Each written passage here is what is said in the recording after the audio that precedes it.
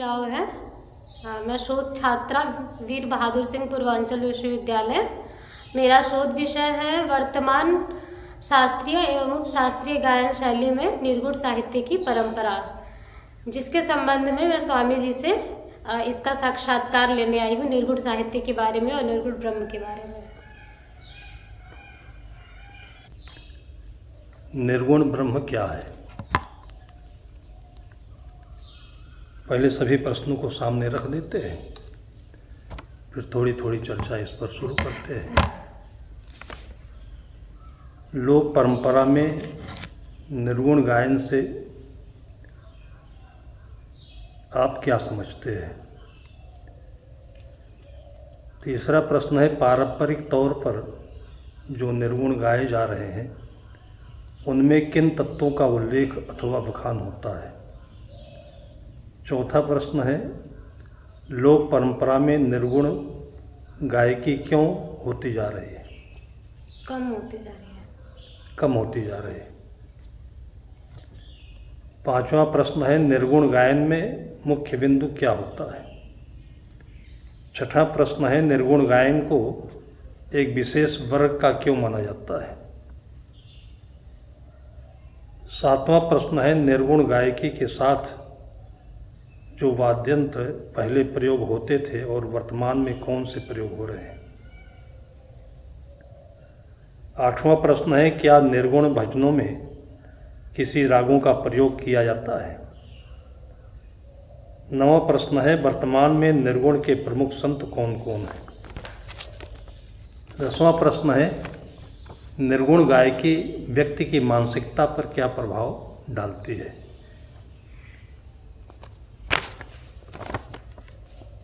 देखिए, जिस समय कोई व्यक्ति उन्मुक्त होता है, चित्त से प्रसन्न रहता है,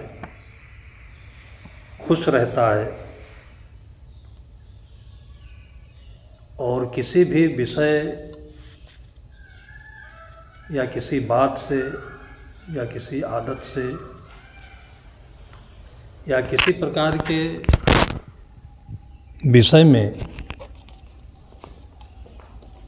बंधा नहीं होता है तो खुलकर बहता है।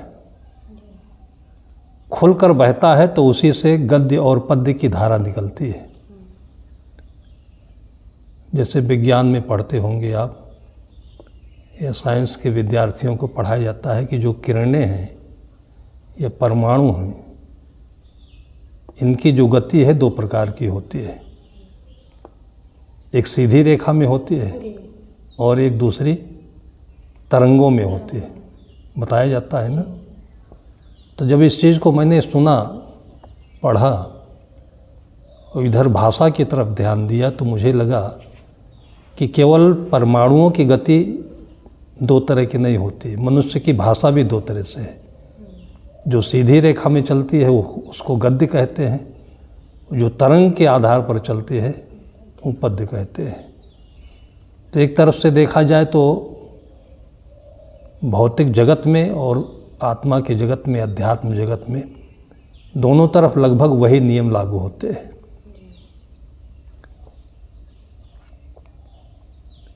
अब ये आपके संगीत का एक विषय है।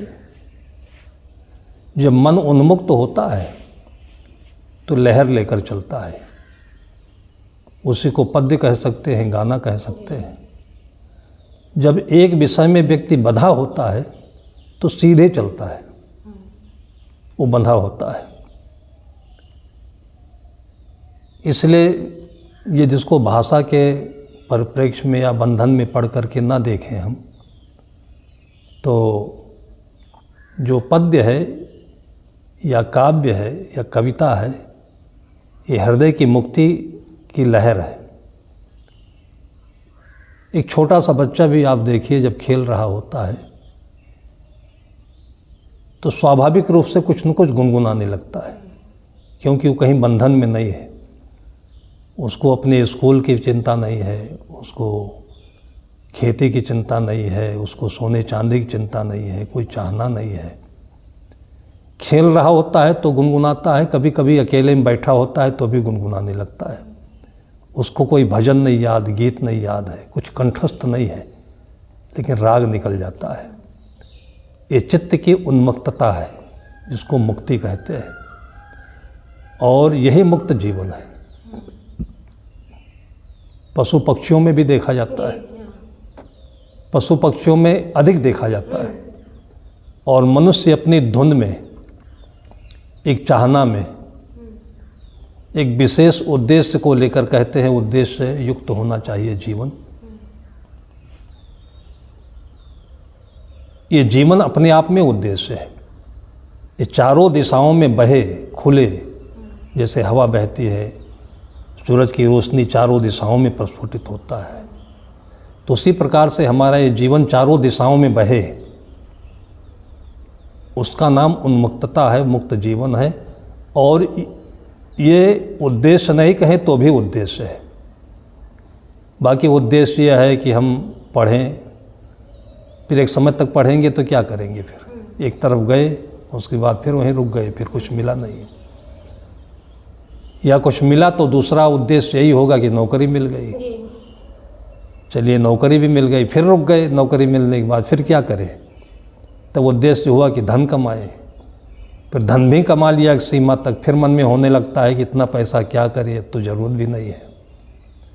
ऐसे करते करते जितने भी उद्देश्य मनुष्य ने बनाए हुए हैं वो कहीं न कहीं जाकर बीच में रुक जाते हैं, फिर अपना जीवन अलग रह जाता है, उसी में मन उलझा रहता है, बंधा रहता है। तो इस चीज़ पर विशेष करके संतों ने जब ध्यान दिया और अनुसंधान किया और जी कर किया, लेबोरेटरी में नहीं, कागज़ पर नहीं, अपने जीवन में जी कर किया, तो उन्होंने देखा कि हमारा जो उद्देश्य है ये अपने आप में एक तरफ का नहीं, चारों तरफ का है, चारों दिशाओं का है, और किसी एक के लिए नहीं है, सब के लिए है। सभी हमारे हैं और सभी दिशाएं हमारे लिए हैं, और जितने काम है सब हमारे लिए है। बस इसका मूल जो मन है वो निष्क्रिय होना चाहिए, उन्मुक्त होना चाहिए, बंधा नहीं होना चाहिए, तो हर काम बढ़िया है। और इसी को परम स्थिति कहा गया। उसी परम शब्द से प्रेम बना। प्रेम शब्द धीरे धीरे समाज में गलत दिशा में गया, और ऐसा गलत हो गया कि केवल दो एक दूसरे को चाहे उसी को प्रेम कहते हैं। और जबकि सच यह है कि सब सबको चाहे नहीं, सब सब में है ही। अगर अपने पास किसी एक चीज़ की चाहना ना हो तो कोई ऐसी चीज़ नहीं है दुनिया में जो देखने में अच्छी ना हो, पाने योग्य ना हो, अपने लायक ना हो। और वो तब है जब हम अपने आप में रहें। जैसे हम किसी एक चीज़ को चाहने लगते हैं बस उसी में फंस जाते हैं, और उसकी आज़ादी को, उसकी उन्मुक्तता को हम बांध देते हैं। और यही आदमी के नासमझ मन का काम होता है। उदाहरण देते हैं, जैसे एक फूल है, अभी कली है तो अच्छा नहीं लगता है, जब खिल जाता है तो हर कोई, चाहे फूल छोटा हो या बड़ा हो, आकार से मतलब नहीं होता है, वो जब खिल जाता है तो सबको मोहित कर लेता है। वो फूल किसी की तरफ मुग्ध नहीं होता है। वो फूल है कि अपनी जगह पर कितना हंस रहा है। और जब मुग्ध होते हैं तो फिर हमारे मन की क्रिया शुरू हो जाती है जो संसार को खराब करती है। वो मन की क्रिया है कि हम वहीं रुक जाते हैं। हम उसको अपने मन में लेकर चाहे जहाँ घूमें, मन में फूल खिल गया, पर्याप्त है, लेकिन हम रुक जाते हैं इसलिए कि ये फूल हमारा हो जाए। फिर उसके करीब जाते हैं, हालांकि हमने उसको लगाया नहीं, सींचा नहीं, कुछ किया नहीं, लेकिन ये मन है, ये मन और अहंकार है। मन के इस बंधे हुए दायरे को संत महापुरुषों ने विकार कहा, और इसके अनेक रूप आते हैं। वो अहंकार पहला है, पालें दूसरा है। अब पाकर क्या करेंगे कि गए उसके पास में, फूल को तोड़ लिया। अब तोड़ने के बाद फिर क्या कर सकते हैं उसको, कभी सूंघा, कभी देखा, फिर उसके बाद ये मन है कि थोड़ी देर कहीं रुकता नहीं है, और मन वहाँ से हट गया, फिर उसको उंगली से तोड़ मरोड़ करके फेंक दिया। भाई इतने काम है मनुष्य का। हर व्यक्ति के साथ जो लक्ष्य बनाता है या आकर्षित होता है, इतना ही करता है वो। या तो वैसा जिए, साथ जिए, और अपने जैसा उसके जैसा जिए, दोनों साथ साथ मुक्त होकर जिए। तो इस मुक्त जीवन की पहचान ना होने के कारण ही हमारे जीवन में व्यथा है और बंधन है। अब व्यथा और बंधन ये शब्द शास्त्रीय हो गए, अब आधुनिक उसका शब्द का नाम हो गया तनाव या टेंशन।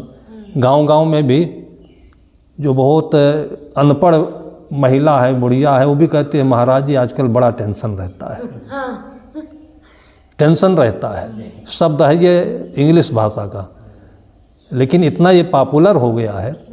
लेकिन शास्त्रीय भाषा में इसी को बंधन कहते थे, और इसका जो समाधान था वो मुक्त है, मुक्ति है।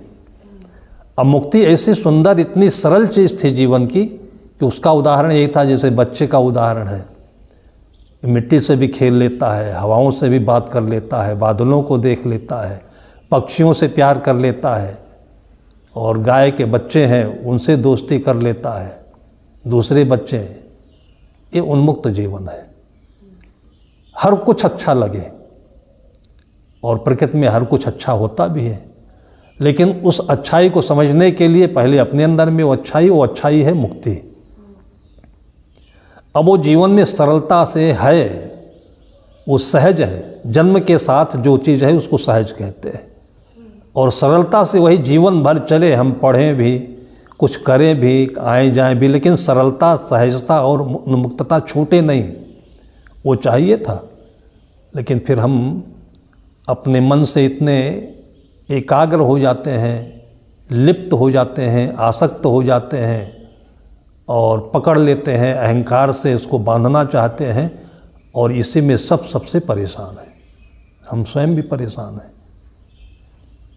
तो अब यहाँ पर चर्चा आती है कि निर्गुण ब्रह्म क्या है। अब निर्गुण ब्रह्म क्या है, इसको समझने से पहले हम जो चर्चा शुरू किए थे कि भाषा, मनुष्य अपने मन की एक भाषा बना लिया है। अब उसी भाषा में हम अर्थ करते हैं, लेकिन इस भाषा से भी एक अलग भाषा है जिसमें कोई शब्द नहीं होते, जिसमें भाव होता है। भाई उस भाषा का प्रयोग केवल मनुष्य तो करता है। जिंदगी भर भाषा और साहित्य चलता है, लोग बोलते हैं, जोर जोर बोलते हैं, चिल्लाकर बोलते हैं, लड़कर बोलते हैं। अंत में बहू कहती है सासू की बात हमें समझ नहीं आ रही, सासू कहती है कि हम बहू को समझ नहीं पा रहे। जिंदगी भर एक साथ रह कर के लड़ते हैं, बोलना ही तो, भाषा ही तो है, समझ में नहीं आती है। और पशु हैं कि वो बोलते भी नहीं हैं, मौन रहते हैं, और एक दूसरे को अच्छी तरह समझ लेते हैं। बिना शब्द के जो भाषा चलती है वो असीम है, उसमें कोई सीमा नहीं, वो निरपेक्ष है। हमारी भाषा जो सापेक्ष, अभी जो हम आपके सामने कह रहे हैं इसका उत्तर देंगे, सापेक्ष हो जाएगा। सापेक्ष मतलब ये कि हम एक उत्तर देंगे, इसके तमाम प्रतिप्रश्न हो जाएंगे। इसलिए जहाँ भी शब्द होता है, जो हमारे बनाए हुए शब्द हैं, उसके प्रतिशब्द आ जाते हैं, जिसको प्रश्न कहते हैं, प्रतिप्रश्न आ जाते हैं, शंकाएँ आ जाती हैं। और जितना शंका होगी उतना उत्तर होगा, फिर उत्तर का प्रश्न होगा, प्रश्न का उत्तर होगा। इसी प्रश्न उत्तर में हम साहित्य को संकीर्ण बना दिए। इसलिए साहित्य में ब्रह्म शब्द का प्रयोग किया गया, या साहित्य का निर्माण। साहित्य का मतलब होता है हित शब्द से साहित्य शब्द बनता है। हम काम कर रहे हैं, चल रहे हैं, खा रहे हैं, सब कुछ हो रहा है, लेकिन जीवन सरल नहीं है, हित नहीं है।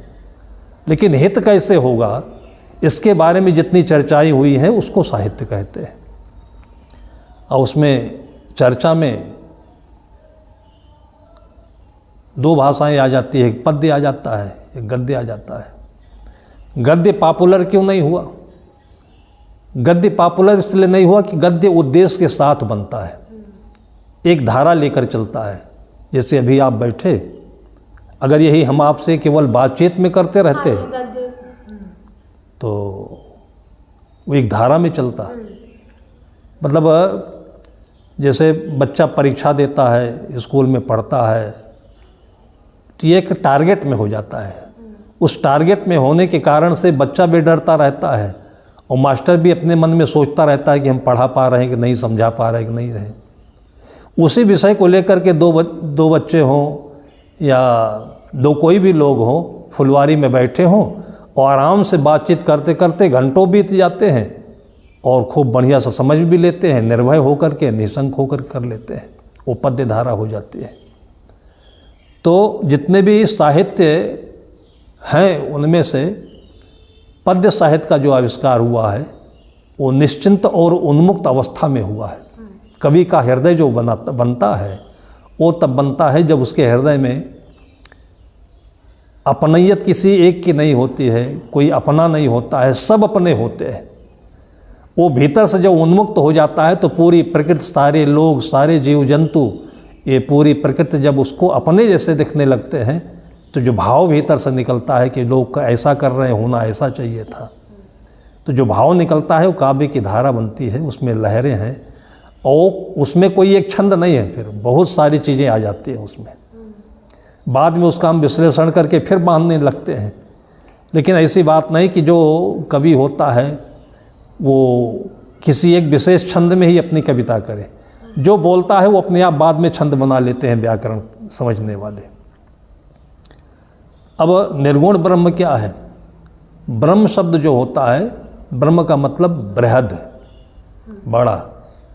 बड़ा का मतलब निरपेक्ष भाषा में देखें हम तो असीम, बड़ा से बड़ा।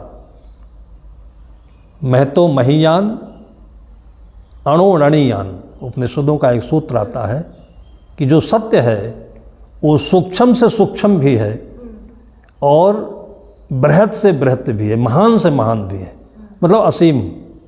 सूक्ष्म इतना है कि जिसको पाया नहीं जा सकता है और महान से महान इतना है कि जिसको देखा नहीं जा सकता है। जैसे एक हाथी को चींटी देखना चाहे तो कहाँ देख पाएगी? चींटी की जो दृष्टि है बहुत छोटी है, तो हाथी के किसी एक छोटे से दायरे को देखेगी वो, तो हाथी नहीं समझ पाएगी। तो हमारी दृष्टि जो है, हमारी जो भाषा है, हम मनुष्य हैं, अपने अनुसार बनाए हुए हैं और अपने लक्ष्य के अनुसार, टारगेट के अनुसार, किसी को धन चाहिए तो उसके अनुसार, किसी को नौकरी चाहिए तो उसके अनुसार, किसी को पदवी चाहिए, कुर्सी चाहिए, उसके अनुसार बोलता रहता है, वही गद्य पद बना लेता है। लेकिन निर्गुण ब्रह्म जो इस काव्य में, साहित्य में आया है, वो जीवन के हित को लेकर के आया है कि जहाँ बैठ कर के एक माँ, उसके 4 बेटे हैं, तो जो बोलेगी वो 4 बेटे नहीं, जो दुनिया के बेटे हैं सबके लिए होगा वो, क्योंकि उसको पता है कि बेटे कैसे जन्म लेते हैं, वो बेटा क्या भाव होता है।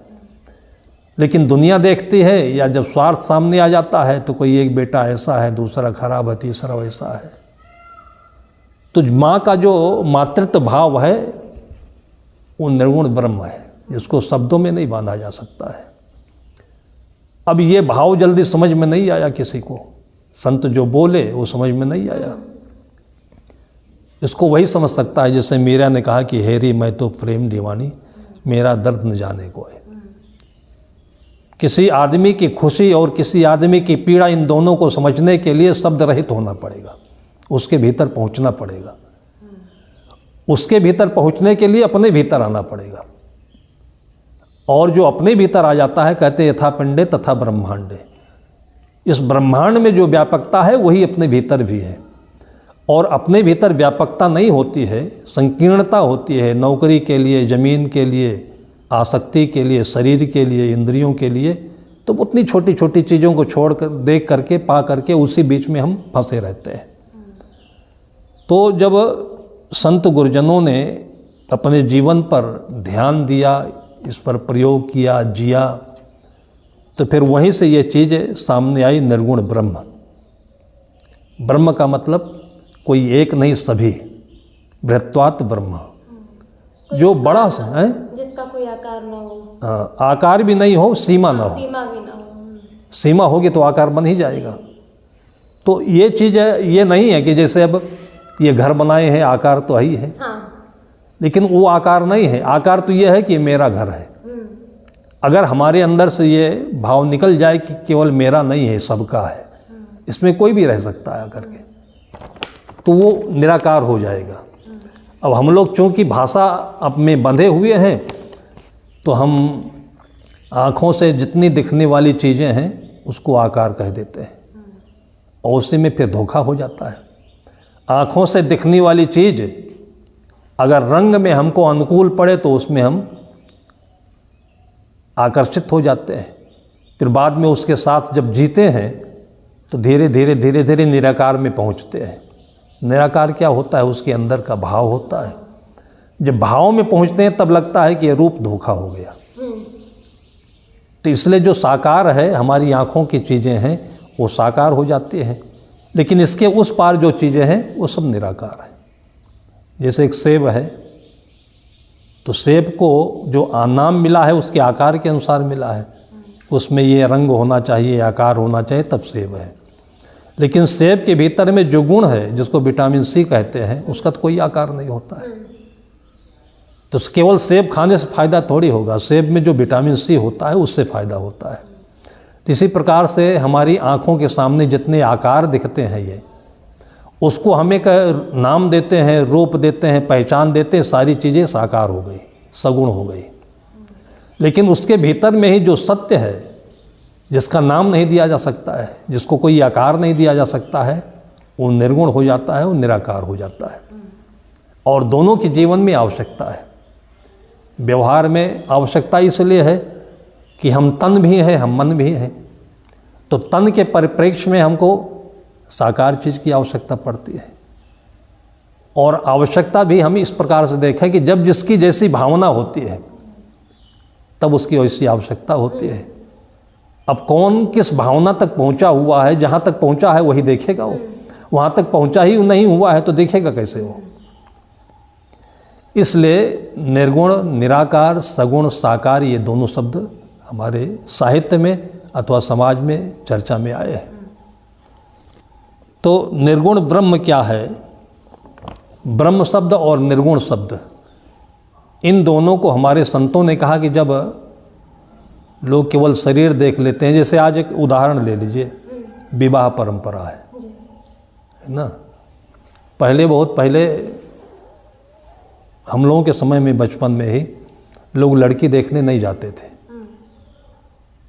माता पिता जाते थे तो हमें लगता है कि वो लड़की नहीं देखते थे, घर देखते थे, भाव देखते थे, आचरण देखते थे, परिचर्या देखते थे, और उसके बाद भाव मिल गया, शादी हो जाती थी। और अजीब अजीब शादियाँ हुई। मैंने देखा कि लड़का बहुत गोरा है, लड़की सांवली है।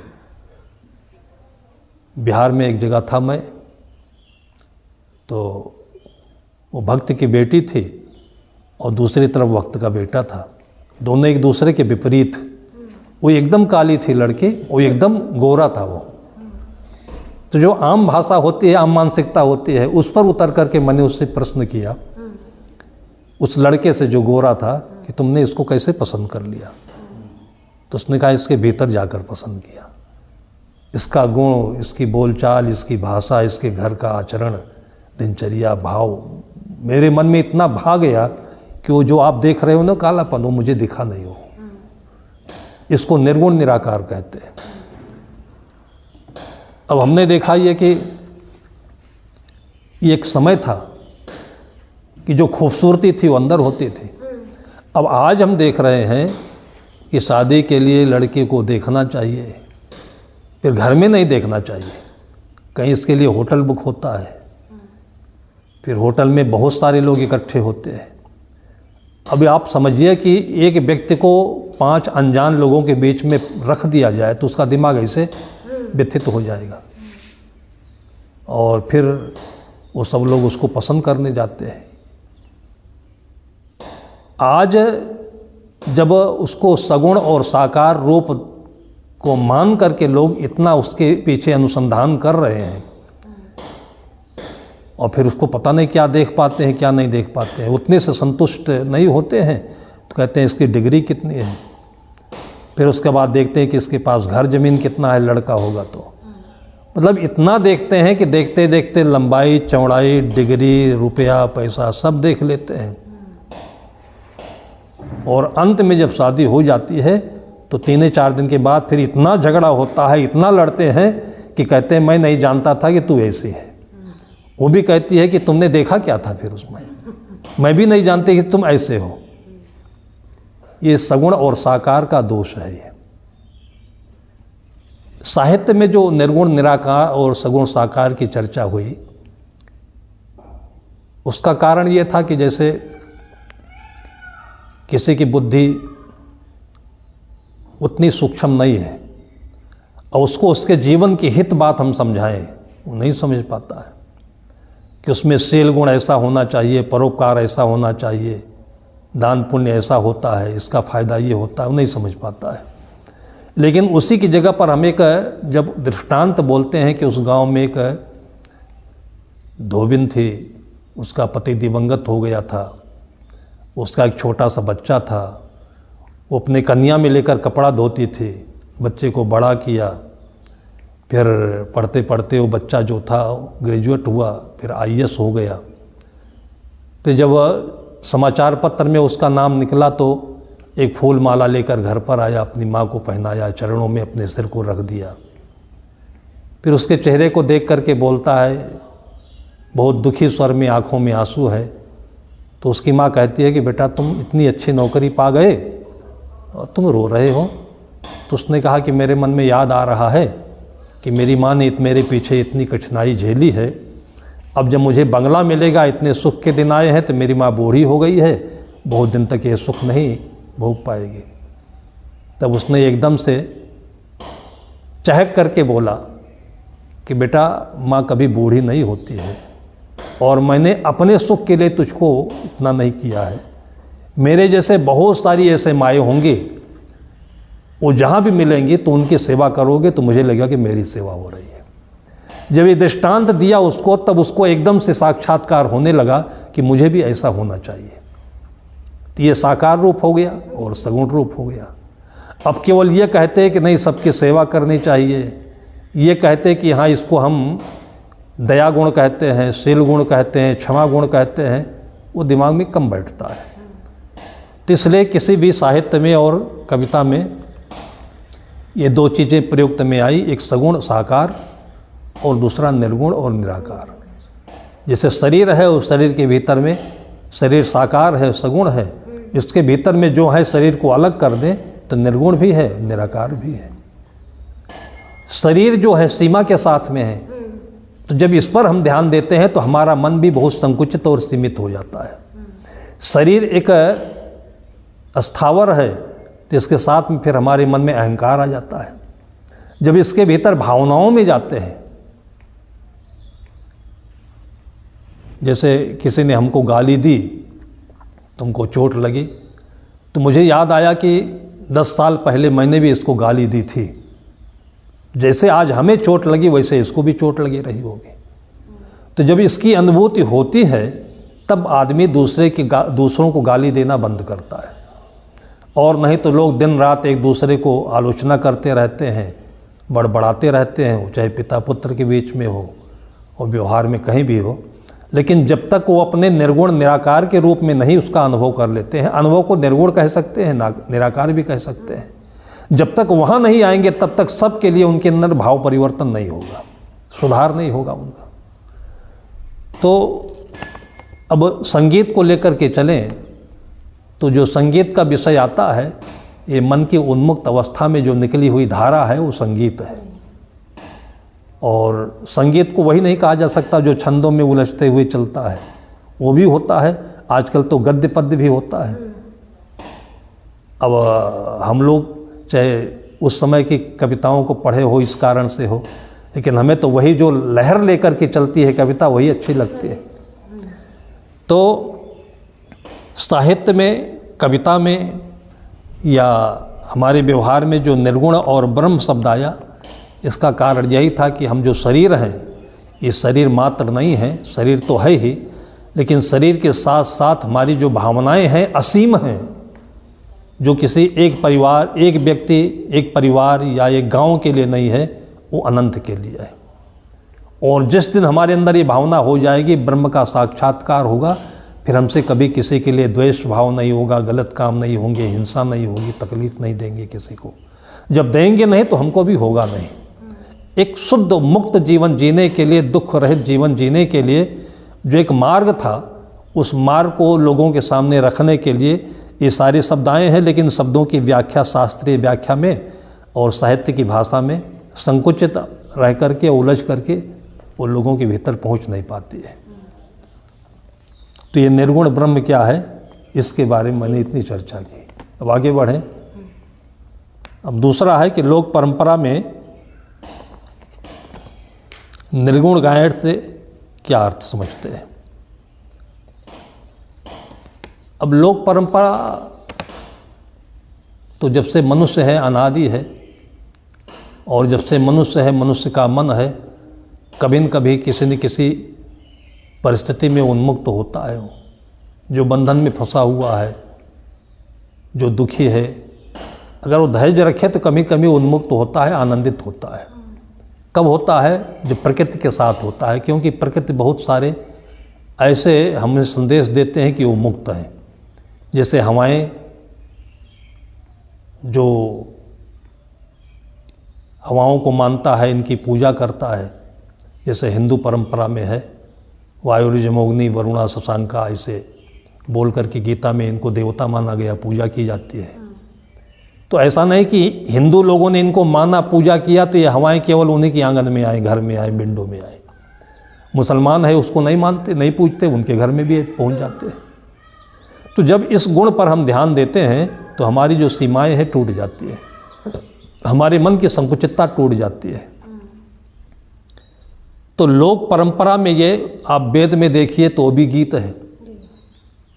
जो फंसे थे वो लोग जंजाल में फंस करके ज़िंदगी अपनी गुमनाम कर लिए, लेकिन जो बागों में, बगीचों में, जंगल में, उस समय तो जंगल भाग बहुत होता था, उसमें रहे तो उनके कंठ से जो कुछ आया वो सूत्र बन गए, वो कविताएं बन गई। लेकिन विशेष करके ये मध्यकाल में सदगुरु कबीर साहब अथवा उनके समकालीन जो संत थे, उससे पहले भी हुए, लेकिन हाईलाइट में कबीर को ज़्यादा माना जाता है निर्गुण परंपरा के रूप में। अच्छा, निर्गुण और सगुण के बीच में कबीर को जो जोड़ा जाता है, उसका कारण तो शायद ये भी हो सकता है कि जैसे उससे पहले मूर्ति पूजा होती थी और मूर्ति में देवी देवता के नाम होते थे, उसमें राम की प्रतिष्ठा थी, कृष्ण की प्रतिष्ठा थी।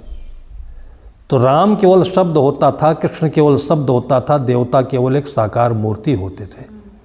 लेकिन इनके साथ में जो उसमें निराकार रूप होना चाहिए वो नहीं होता था। जैसे कोई चीज़ की आदत हो जाती है तो आदमी उसका हैबिचुअल हो जाता है, तो फिर उसका अर्थ नहीं रह जाता उसके साथ में।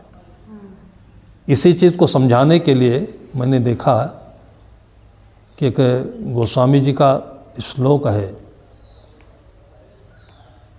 संस्कृत में वागर्था विपसंपृक्तौ, संगीत में हो सकता है पढ़ाया जाता हो, वागर्था विपसंपृक्तौ वागर्था प्रतिपत्तये जगतः पितरो वंदे पार्वती परमेश्वरो। वाग और अर्थ, वाणी और अर्थ, ये दो चीज़ हमेशा साथ में रहते हैं। वागर्था विपसंपृक्तौ, ये दोनों एक साथ में हमेशा लगे रहते हैं। वागर्था प्रतिपत्तये, लेकिन ये दोनों अलग भी हो जाते हैं। साथ कब होते हैं, अलग कब होते हैं? जैसे एक व्यक्ति जो मुक्त अवस्था में रहता है तो उसकी वाणी में उसका अर्थ होता है, जो बोलता है वो करता है, जिसको सच्चा इंसान कहते हैं। लेकिन जब दुनिया में भटक जाता है इंसान, जैसे वकील को देखें तो, दलाल को देखें तो, या कहीं भी राजनेता को, किसी को ले लें, बोलता है कुछ और, वो अंदर में कुछ और रखता है, तो उसका वाणी उसके अर्थ से अलग हो गया।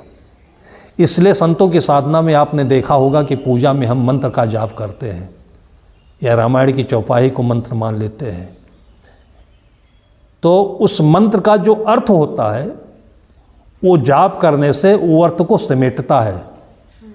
जाप करते हैं वाणी में, और बैठ करके उसके जाप करने का अर्थ ये होता है कि जब हम बैठेंगे तो हमारा चित्त एकाग्र होगा, ध्यान शुद्ध होगा तो उस वाणी के बीच में, उसके अंदर में जो छिपा हुआ अर्थ है वो हमारे ध्यान में आएगा, तब हम सत्य से जुड़ पाएंगे।